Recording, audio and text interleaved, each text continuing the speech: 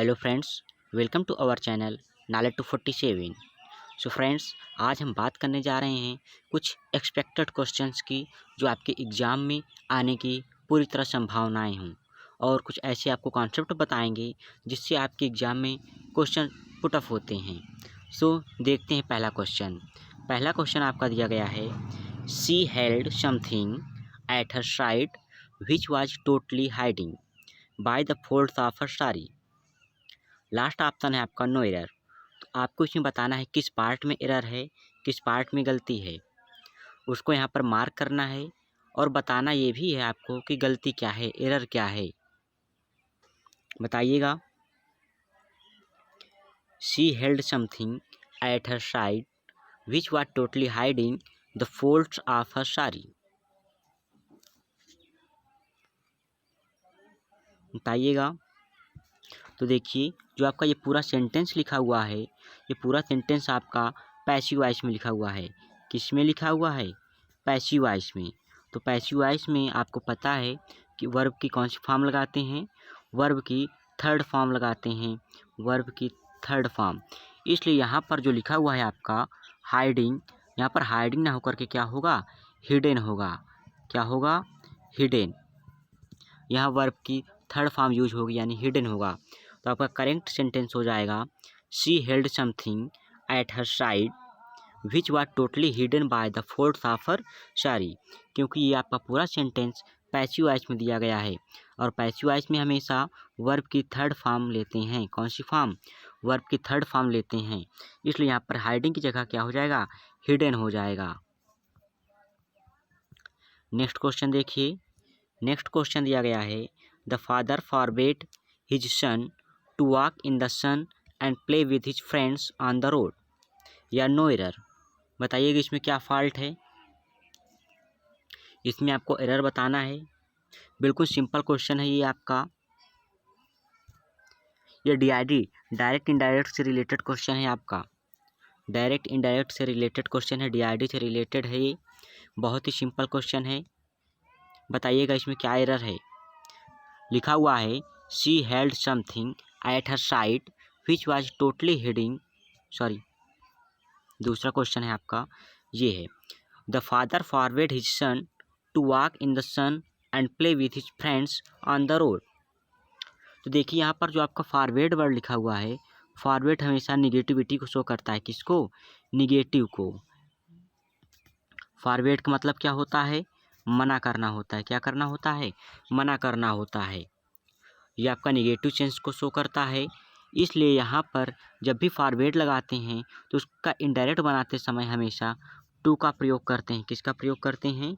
To का प्रयोग करते हैं, जो कि यहाँ पर किया गया है। इसलिए ये क्वेश्चन आपका नो एरर का है। किसका है? नो एरर का क्वेश्चन है। The father forward his son to walk in the sun and play with his friends on the road.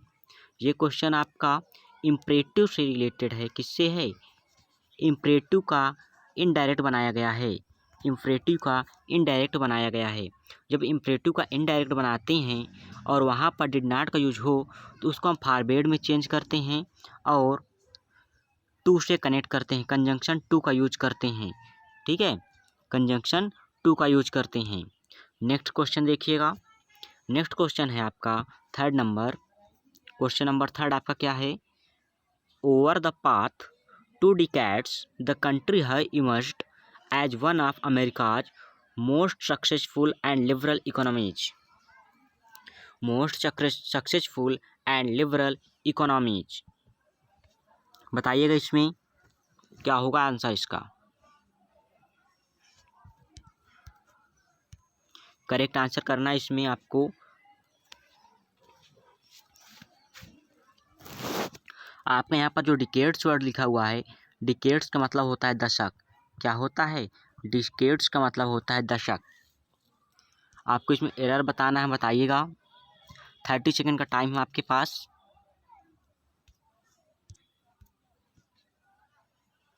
क्या होगा इसमें का आंसर? देखिए, इसमें जितने भी आपके कॉन्सेप्ट निकलते जाएं उनको कॉपी पे राइट डाउन करते जाइएगा। एक भी कॉन्सेप्ट छूटने ना पाए, सारे कॉन्सेप्ट कॉपी में राइट कर लीजिएगा। बहुत इंपॉर्टेंट क्वेश्चंस हैं, इन्हीं के बेस पर आपके एग्जाम में क्वेश्चन पुट अप होते हैं। चलिए देखते हैं, लिखा हुआ है over the path 2 decades the country emerged as one of America's most successful and liberal economies. तो यहाँ पर आपका जो लिखा हुआ द कंट्री, ये आपका क्या है, ये सब्जेक्ट है, क्या है, सब्जेक्ट है। और आपको पता है जब सब्जेक्ट आपका सिंगुलर होगा तो वर्ब भी आपकी कैसी यूज होगी, सिंगुलर यूज होगी। और जब आपका सब्जेक्ट प्लूरल होगा तो उसके साथ वर्ब कैसी यूज होगी, वर्ब भी आपकी प्लूरल यूज होगी। इसलिए यहाँ पर जो आपका कंट्री है, कंट्री आपका यहाँ पर सिंगुलर है, कैसा है, सिंगुलर है। इसलिए इसके साथ आने वाली वर्ब भी कैसी होगी, वर्ब भी आपकी सिंगुलर होगी। इट मीन्स यहाँ पर हैव ना होकर के क्या होगा, हैज होगा, हैव ना होकर के हैज होगा, क्योंकि हैव आपका प्लूरल वर्ब है और हैज आपकी सिंगुलर वर्ब है। जब सब्जेक्ट आपका सिंगुलर तो वर्ब भी कैसी लेंगे, सिंगुलर लेंगे। इसलिए यहाँ पर आपका एरर किस में है, हैज में है। क्या होगा यहाँ पर, करेक्ट आंसर आपका हैज होगा। नेक्स्ट क्वेश्चन देखिए, नेक्स्ट क्वेश्चन है आपका have knowledge is one thing but being able to communicate it to others is another kettle of fish. इसका आंसर कीजिएगा, यू हैव ओनली 30 सेकेंड्स।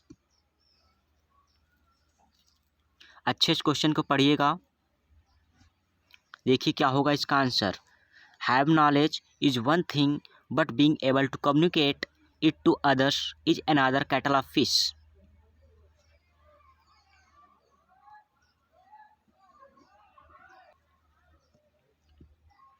यहाँ पर आपका जो लिखा हुआ है कैटल ऑफ फिश, ये एक फ्रेजल वर्ब है। क्या है, ये एक फ्रेजल वर्ब है। कैसी वर्ब है, फ्रेजल वर्ब है, जिसका मतलब होता है बहुत डिफ़िकल्ट सिचुएशन होना। क्या होना, बहुत डिफ़िकल्ट सिचुएशन होना। It means cattle of fish, इसको क्या बोलते हैं आपको, कैटल ऑफ फिश को बहुत डिफ़िकल्ट सिचुएशन होना, बहुत परेशानी होना, बहुत मनोदशा आपकी क्या हो, ख़राब हो, कठिनाई हो, वहाँ पर ये फ्रेजल वर्ब यूज करते हैं कैटल ऑफ फिश। तो इसमें आपको एरर बताना है, क्या एरर है इसमें आपका। देखिए यहाँ पर जो आपका हैव लिखा हुआ है, हैव को हम दो तरीके से यूज करते हैं। कितने तरीके से, दो तरीके से। एक तो आप इसको यूज करते हैं हेल्पिंग वर्ब के तरीके, और दूसरा इसको यूज करते हैं मेन वर्ब के तरीके। हैव को हम दो तरीके से यूज करते हैं, आपका हेल्पिंग वर्ब के तरीके भी और मेन वर्ब के तरीके भी इसको यूज करते हैं। तो यहाँ पर आपका हैव ना होकर के क्या होगा, हैविंग होगा। क्या होगा, हैविंग होगा। आप लोगों ने पार्टिसिपल पढ़ा था, प्रेजेंट पार्टिसिपल। प्रेजेंट पार्टिसिपल का यूज कहाँ पर करते हैं, तो यहाँ पर क्या होगा आपका, हैविंग होगा। यानी यहाँ पर प्रेजेंट पार्टिसिपल यूज करेंगे हैव का, हैविंग। जैसे आपसे कोई पूछता है आपने खाना खा लिया, तो आप क्या बोलते हैं, आई एम हैविंग इट। क्या बोलते हैं, आई एम हैविंग इट। यहाँ पर हैविंग किसके सेंस में आया हुआ है, आपका मेन वर्ब के सेंस में आया हुआ है।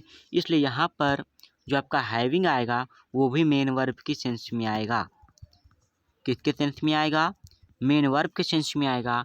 इसलिए यहाँ पर आपका क्या होगा, हैविंग नॉलेज होगा। इट मीन्स हैव में गलत है, हैव में एरर आ रहा है। नेक्स्ट क्वेश्चन देखते हैं। नेक्स्ट क्वेश्चन आपका दिया गया है home to some of the finest museums and art galleries in UAE, Sharjah is a cultural oasis. Last option है आपका नो एरर। इसमें बताइएगा क्या होगा, जो टाइम इज स्टार्ट नाउ।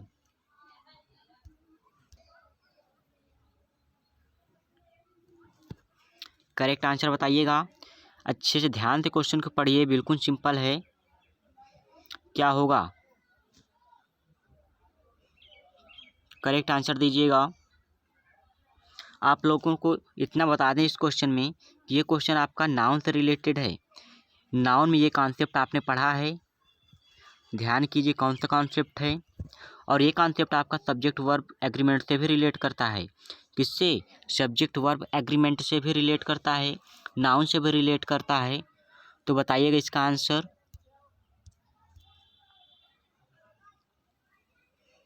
देखिए यहाँ पर आपका लिखा हुआ है, home to some of the finest museums and art galleries in UAE, Sharjah is a cultural Oasis.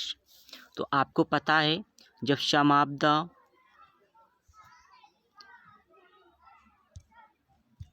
क्या लिखा हो, सम ऑफ द, या लिखा हो आपका वन ऑफ द, क्या लिखा हो, some of the, one of the, तो उसके साथ आने वाली वर्ब कैसी होती है, वर्ब आपकी प्लूरल होती है। सॉरी, देखिए फिर से इसको, जब आपका सम ऑफ द लिखा हो या वन ऑफ द लिखा हो तो उसके साथ जो सब्जेक्ट आएगा आपका वो प्लूरल होगा।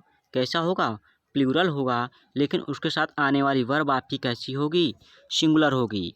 ये कॉन्सेप्ट आपने नाउन में भी पढ़ा है, मैंने पढ़ाया भी है इसको, और ऐसे 2-3 क्वेश्चन भी आप लोगों ने देखे हैं। तो यहाँ पर आपका जो सम ऑफ द है इसके साथ आने वाले जो सब्जेक्ट होगा वो कैसा होगा, प्लूरल होगा। देखिए म्यूजियम्स आपका प्लूरल है, आर्ट गैलरीज भी आपका प्लूरल है, मतलब सब्जेक्ट तो आपका प्लूरल दिया गया है। अब बात करते हैं आगे कि इसके साथ आने वाली वर्ब कैसी होती है, सिंगुलर होती है। तो वर्ब देखिए, वर्ब आपका इज लिखा हुआ है। क्या लिखा हुआ है, वर्ब आपका इज लिखा है जो कि सिंगुलर है। कैसा है, सिंगुलर है। इट मीन्स, ये सेंटेंस हमारा बिल्कुल करेक्ट है। ये सेंटेंस हमारा नो एरर का बनता है। किसका बनता है, नो एरर का। जब some of the, one of the किसी भी क्वेश्चन में मिल जाए तो उसके साथ आने वाला सब्जेक्ट आपका प्लूरल होता है, लेकिन उसके साथ जो वर्ब लगती है, आने वाली वर्ब कैसी होगी, प्लूरल होगी। नेक्स्ट सेंटेंस देखते हैं। नेक्स्ट सेंटेंस आपका है, leaders do value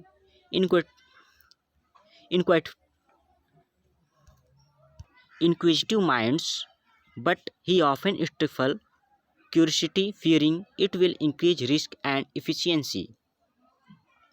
Leaders do value inquisitive minds, but he often stifles curiosity, fearing it will increase risk and efficiency. इसमें आंसर मार्क कीजिएगा, क्या होगा इसका answer. You have only 30 seconds.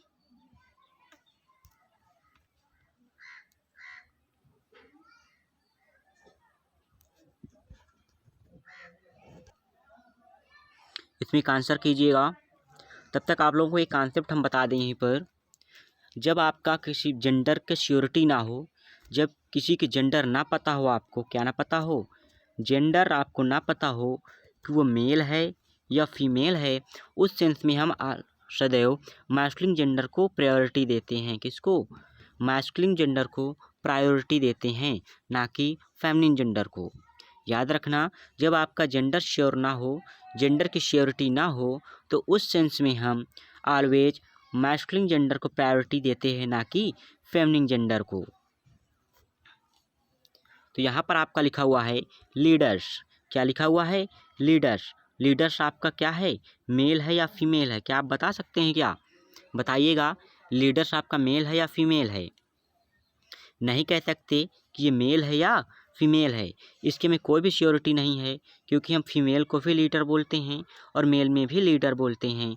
इसलिए यहाँ पर क्या होगा आपका, इसलिए यहाँ पर हम किसको प्योरिटी देंगे, इसलिए हम यहाँ पर मैस्कुलिन जेंडर को प्रायोरिटी देंगे। किसको देंगे, मैस्कुलिन जेंडर को।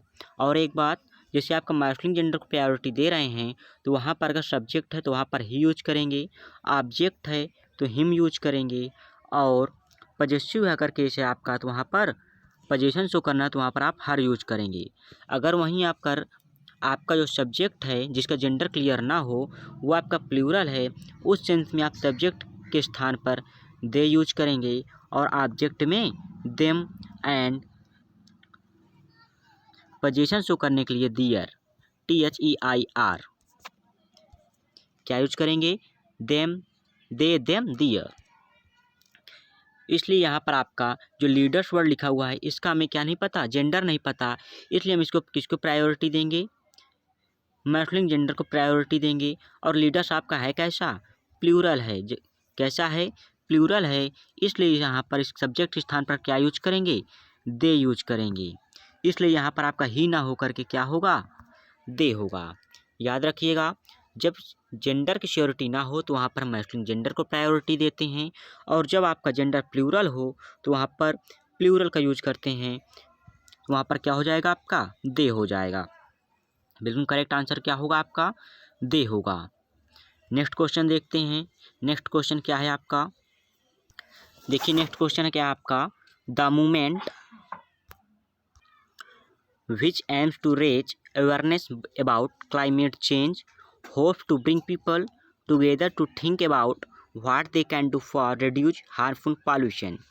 इसमें करेक्ट आंसर मार्क कीजिएगा। कहाँ पर एरर है इसमें? आंसर मार्क कीजिए कि क्या होगा इसमें आंसर। करेक्ट आंसर दीजिएगा। यहाँ पर लिखो the movement which aims to raise awareness about climate change hopes to bring people together to think about what they can do for reduce harmful pollution। Correct answer दीजिएगा। देखिए यहाँ से आपको एक कॉन्सेप्ट निकल कर आता है। क्या निकल कर आता है? एक कॉन्सेप्ट निकल कर आ रहा है। जब कभी भी किसी वर्ब के पहले प्रीपोजिशन आ जाए, जब कभी किसी वर्ब के पहले प्रीपोजिशन आ जाए तो वो वर्ब आपकी आईएनजी फॉर्म में होनी चाहिए। वो वर्ब हमेशा आईएनजी फॉर्म में होनी चाहिए। इसको हम ऐसे भी कह सकते हैं, जब किसी प्रीपोजिशन के बाद कोई भी वर्ब आती है तो वो वर्ब की फोर्थ फॉर्म में होनी चाहिए, यानी कि वर्ब की आईएनजी फॉर्म में होनी चाहिए। इसलिए यहाँ पर आपका लिखा हुआ है व्हाट दे कैन डू। क्या लिखा हुआ है? What they can do for reduce. यहाँ पर फॉर आपका क्या है? यहाँ पर फॉर आपका प्रीपोजिशन है। क्या है? प्रीपोजिशन है। और प्रीपोजिशन के बाद रिड्यूस क्या है? वर्ब है। तो आपको अभी अभी हमने कॉन्सेप्ट बताया, जब कभी भी प्रीपोजिशन आए और प्रीपोजिशन के बाद आपका वर्ब आए तो वर्ब हमेशा आईएनजी फॉर्म में होनी चाहिए। किस फॉर्म में होनी चाहिए? आईएनजी फॉर्म में होनी चाहिए। इसलिए यहाँ पर रिड्यूस ना होकर के क्या होगा? रिड्यूसिंग होगा। क्या होगा? रिड्यूसिंग। REDUCING reducing. करेक्ट कर लीजिएगा। और एक कॉन्सेप्ट भी याद रखिएगा कि जब कभी भी प्रीपोजिशन आए तो उसके बाद आने वाली वर्ब आपकी आईएनजी फॉर्म में होगी। किस में होगी? आईएनजी फॉर्म, मतलब वर्ब की फोर्थ फॉर्म में होगी। नेक्स्ट क्वेश्चन देखिए। नेक्स्ट क्वेश्चन क्या है आपका? नेक्स्ट क्वेश्चन कह रहा है I declined the invitation not because I did not want to go but because I have no time. इसमें आंसर कीजिएगा। करेक्ट आंसर बताइएगा कि इसमें क्या एरर है। एरर फाइंड करना है इसमें। बताइएगा क्या एरर आ रहा है। बताइएगा इसमें क्या एरर है। फास्टली आंसर मार्क कीजिएगा। ध्यान से पढ़िएगा क्वेश्चंस को, अच्छे से अटेम्प्ट कीजिए सारे क्वेश्चंस। देखिए यहाँ पर लिखा हुआ है आई डिक्लाइंड द इन्विटेशन। तो ये आपका किस टेंस में है? जो डिक्लाइंड वो लिखा हुआ है ये वर्ब की सेकंड फॉर्म यूज है। आई आपका सब्जेक्ट है। फिर आगे लिखा है not because I did not. फिर आपका वर्ब की सेकंड फॉर्म आ गई है, आई सब्जेक्ट है। इसके बाद लिखा want to go but because I have. ये आपको किस में आ गया है? प्रेजेंट में आ गया है। ये दोनों आपके पास्ट में हैं। इसके बाद आपका प्रेजेंट आ गया। याद रखिएगा, जब किसी सेंटेंस में दो पास्ट इंडेफिनिट, दो पास्ट इंसिडेंट की बात करें, याद रखिएगा जब भी किसी सेंटेंस में टू पास्ट इंसिडेंट की बात करें तो उस सेंस में आपका जो पास्ट सेंटेंस बनेगा, उस सेंस में जो आपका सेंटेंस बनेगा, पहला बनेगा आपका सिंपल पास्ट में, दूसरा बनेगा पास्ट परफेक्ट में। याद रखना, जब कभी भी किसी भी सेंटेंस में दो पार्ट्स की बात करें तो वहाँ पर पहला आपका पास्ट इंडेफिनिट बनेगा यानी सिंपल पास्ट बनेगा, और दूसरा आपका पास्ट परफेक्ट बनेगा। इसलिए यहाँ पर ये आपके किस में हैं? सिंपल पास्ट में हैं। तो दूसरा सेंटेंस आपका किस में बनेगा? पास्ट परफेक्ट में बनेगा। और पास्ट परफेक्ट की हेल्पिंग वर्ब क्या होती है? हैड होती है। इसलिए यहाँ पर आपका क्या हो जाएगा? I had no time. क्या हो जाएगा? I had no time. तो करेक्ट सेंटेंस आपका क्या बनेगा? I declined the invitation not because I did not want to go but because I had no time. यहाँ पर हैव नहीं होगा। क्यों नहीं होगा? क्योंकि पूरा सेंटेंस आपका पास्ट में लिखा गया है, तो इसलिए वहाँ पर हम प्रेजेंट की बात नहीं करेंगे। नेक्स्ट क्वेश्चन देखते हैं। चलिए देखते हैं नेक्स्ट क्वेश्चन क्या है।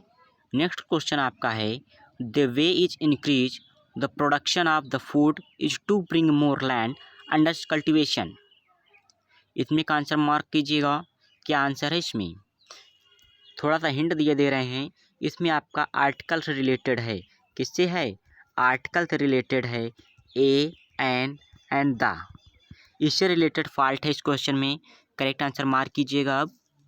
अब तो बिल्कुल सिंपल हो गया। बताइए कि इसमें क्या होगा एरर।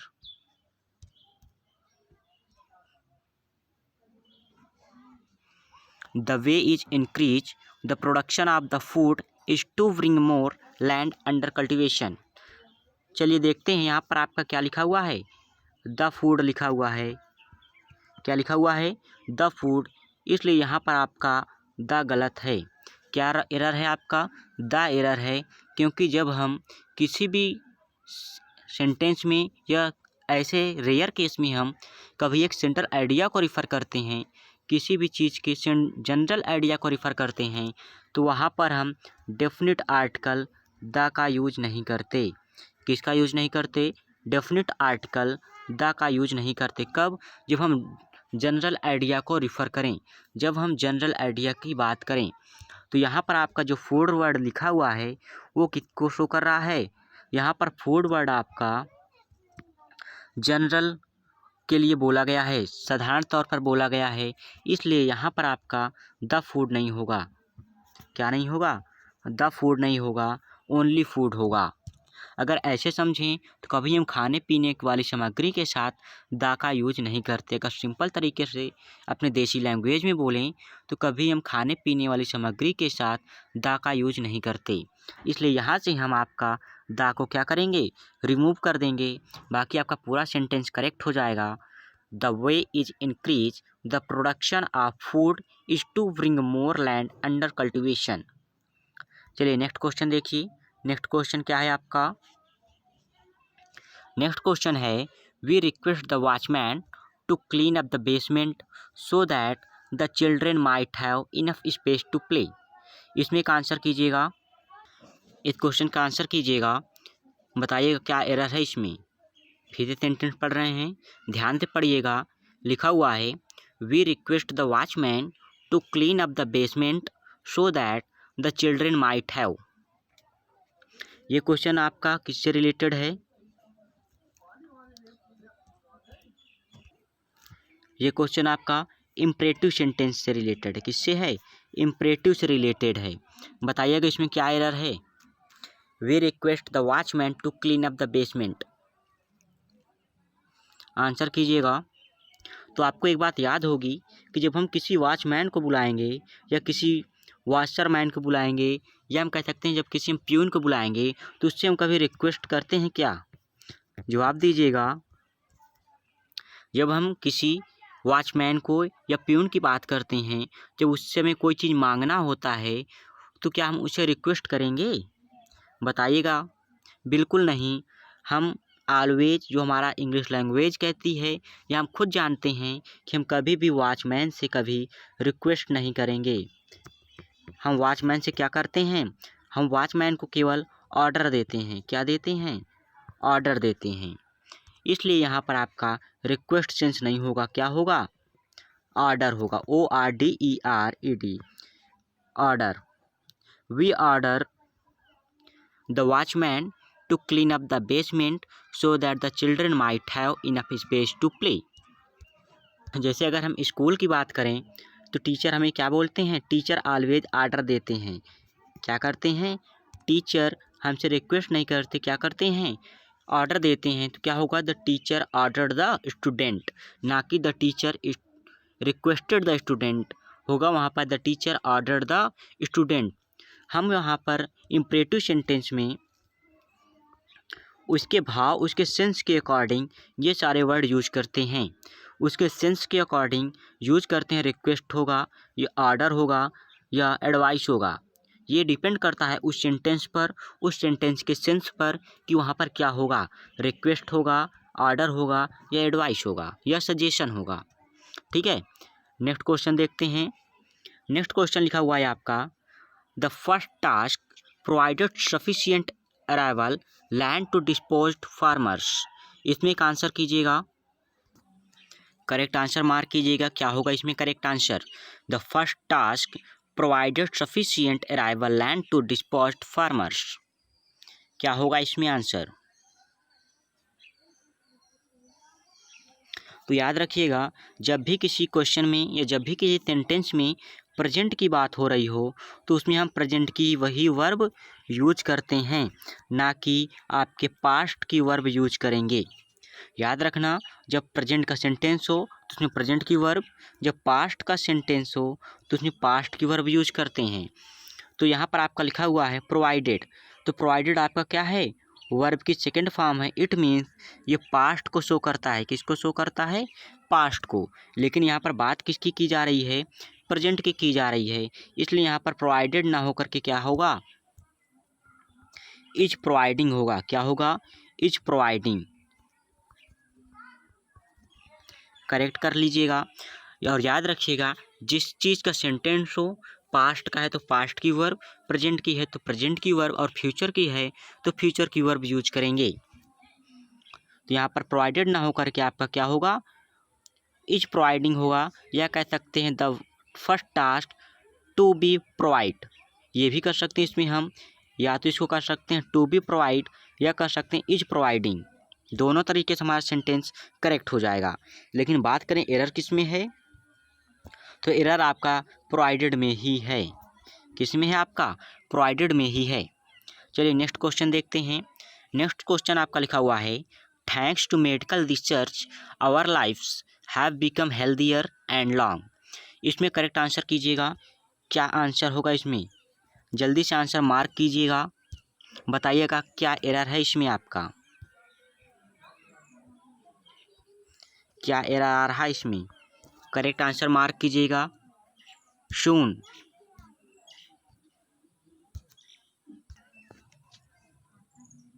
देखिएगा इसमें क्या एरर है। बिल्कुल सिंपल क्वेश्चन लिखा हुआ है, लेकिन इसमें ऑलमोस्टली 90% इसको नो एरर का क्वेश्चन बताएंगे या इसमें अदर फॉल्ट निकाल देंगे। सो इसको ध्यान से देखिए। क्वेश्चन देखने में तो बिल्कुल सिंपल सा है, बिल्कुल छोटा सा स्मॉल सा है, लेकिन इसमें एक कॉमन सा एरर है।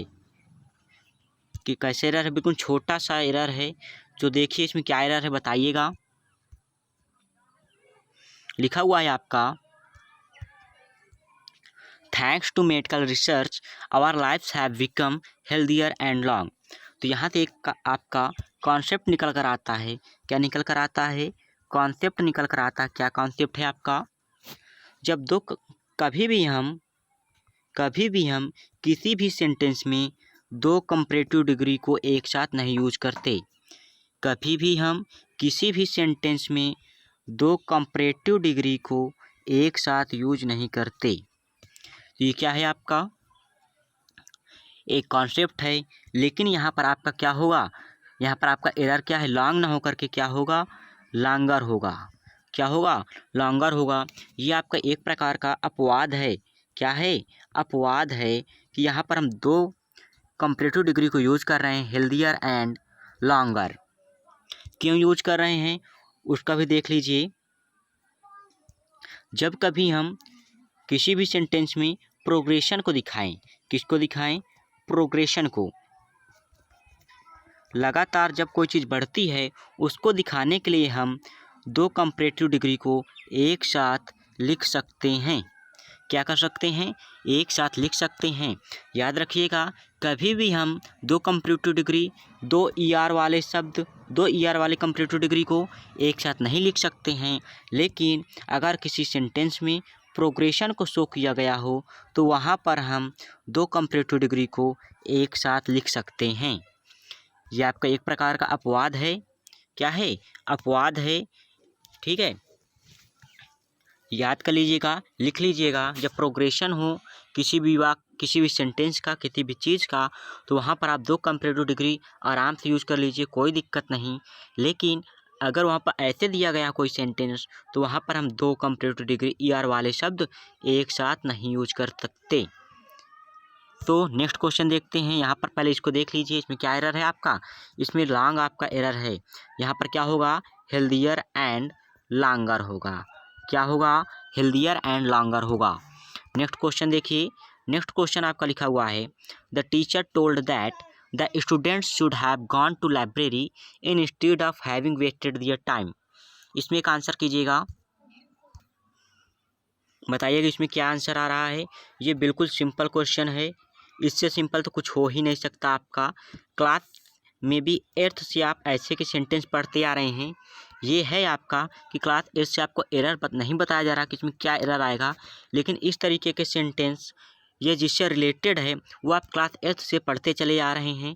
तो बताइएगा इसमें एकेडमिक क्लास से क्वेश्चन पढ़ रहे हैं, इसको ज़रा ध्यान करिएगा, किसी का भी ये गलत नहीं होना चाहिए, कोई इसमें एरर गलत नहीं बताएगा। बताइएगा क्या होगा इसमें। तो यहाँ पर देखिए क्या एरर है आपका, यहाँ पर आपका टोल्ड एरर है। यहाँ पर टोल्ड ना होकर के क्या होगा, सेड होगा। क्या होगा, टोल्ड ना होकर के सेड होगा। क्यों होगा, इसका भी एक रीज़न है। क्या रीज़न है देखिएगा, जैसे कोई सेंटेंस लिखा हुआ है राम सेड टू मी, पहला सेंटेंस है। दूसरा है Ram said comma double inverted comma I. तो जब राम सेड टू मी को चेंज करोगे इनडायरेक्ट में, अभी किस में लिखा हुआ है आपका, डायरेक्ट में लिखा हुआ है, जब इसको इनडायरेक्ट में चेंज करोगे तो क्या हो जाएगा, ये हो जाएगा आपका राम टोल्ड मी। क्या हो जाएगा, राम टोल्ड मी। और जब राम सेड को चेंज करोगे तब ये क्या रहेगा, राम सेड ही रहेगा। क्या रहेगा, राम सेड ही रहेगा। क्यों रहेगा, उसका एक रीज़न है। क्या रीज़न है, आपका जो सेड टू है वो किस में चेंज होता है, टोल्ड में। जब किसी भी सेंटेंस में या कह सकते हैं जब किसी भी डायरेक्ट स्पीच में आपका ऑब्जेक्ट दिया हो तो उसको हम उस सिचुएशन में सेड टू को टोल्ड में चेंज कर देते हैं। लेकिन जब आपका ऑब्जेक्ट ना दिया हो, इनडायरेक्ट स्पीच में कन्वर्ट करते समय सेड को हम सेड ही रखते हैं, उसको हम टोल्ड में कन्वर्ट नहीं करते, याद रखिएगा। तो यहाँ पर देखिए लिखा हुआ है the teacher told that, told के बाद जब कोई भी ऑब्जेक्ट आपका नहीं है इसलिए यहाँ पर आपका सेड ही रहेगा। क्या रहेगा, सेड ही रहेगा आपका, इसलिए करेक्ट आंसर आपका क्या होगा, सेड होगा। ये बिल्कुल एक नाजुक सी, बिल्कुल एक छोटी सी फॉल्ट थी। जब आपका ऑब्जेक्ट दिया होता है उस सेंस में हम सेड टू को टोल्ड में कन्वर्ट करते हैं, किसमें, सेड टू को टोल्ड में कन्वर्ट करते हैं। और जब आपका ऑब्जेक्ट नहीं दिया होता तब सेड टू को हम नो चेंज करते हैं, सेड को सेड में ही रखते हैं। चलिए नेक्स्ट क्वेश्चन देखते हैं एंड लास्ट क्वेश्चन है आज के सेशन का। ये लिखा हुआ है the prime minister along his cabinet collegians have been welcomed by their chief minister at formal ceremony and formal ceremony। बताइए कि इसमें क्या फॉल्ट है। लास्ट क्वेश्चन है आपका, इसके बाद हमारा सेशन आज का यहीं एंड हो जाएगा। इसके बाद हम नेक्स्ट क्लास नेक्स्ट डे देखेंगे। बताइएगा इसमें क्या होगा।